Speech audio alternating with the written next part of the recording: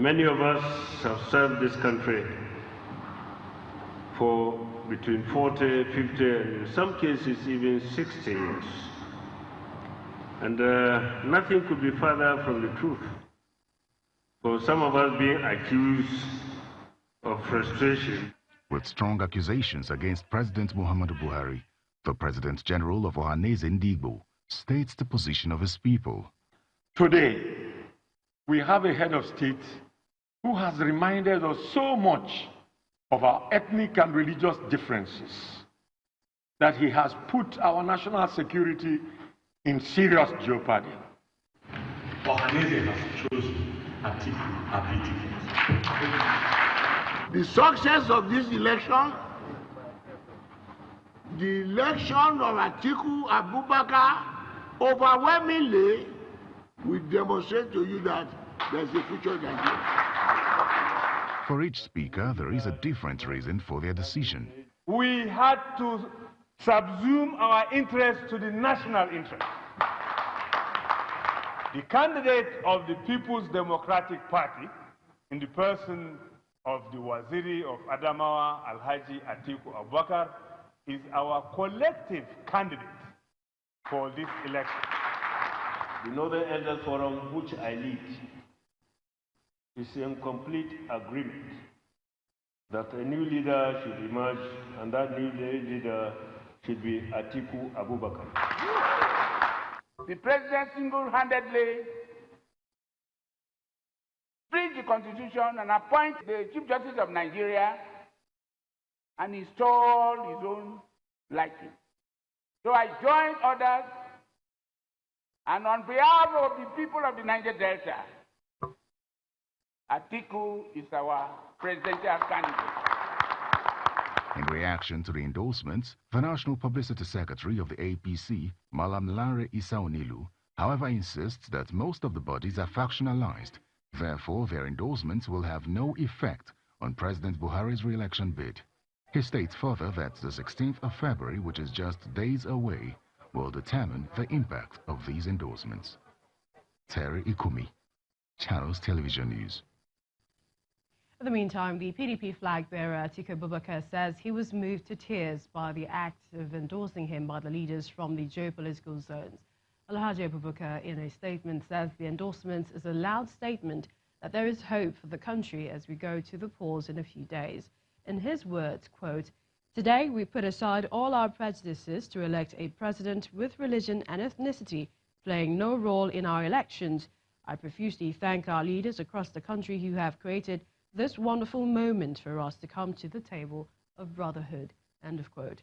The former vice president added that if elected, he is determined to lead a pan-Nigerian team that will give practical interpretation to what has been done and will promote an inclusive Nigeria based on productivity. In another vein, the ruling All Progressives Congress has been reacting to the endorsements from different groups in support of the PDP candidate Atiku Abubakar. The spokesperson of the PDP presidential campaign, that's the APC, I beg your pardon, presidential campaign, Mr. Festus Keyamo, believes the endorsements are of no consequence. As he says, those who endorse Atiku are sympathizers to the PDP cause. He was speaking on our political program, Sunday Politics. These are people who have over time represented their own interests, and of course they are in tune with the philosophy of Atiku Abubakar, who says that he will enrich his own friends. So like bees are attracted to honey, these people are attracted to Atiku Abubakar, who wants to enrich his friends. And that's what they are doing. The endorsements are inconsequential. They lost in 2015. They endorsed the PDP in 2015 and lost with them. You see, President Buhari is an unusual leader.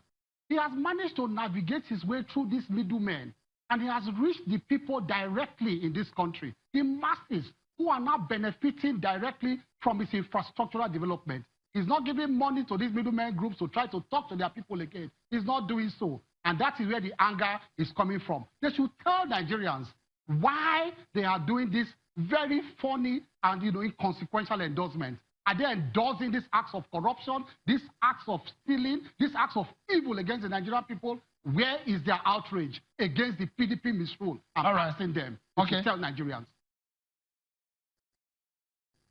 Well, it might be a back and forth, but then the People's Democratic Party, PDP, they're again accusing President Muhammadu Buhari and the Progressives Congress of planning to rig the 2019 elections by allegedly opening the country's borders to mercenaries to achieve their self-succession plan.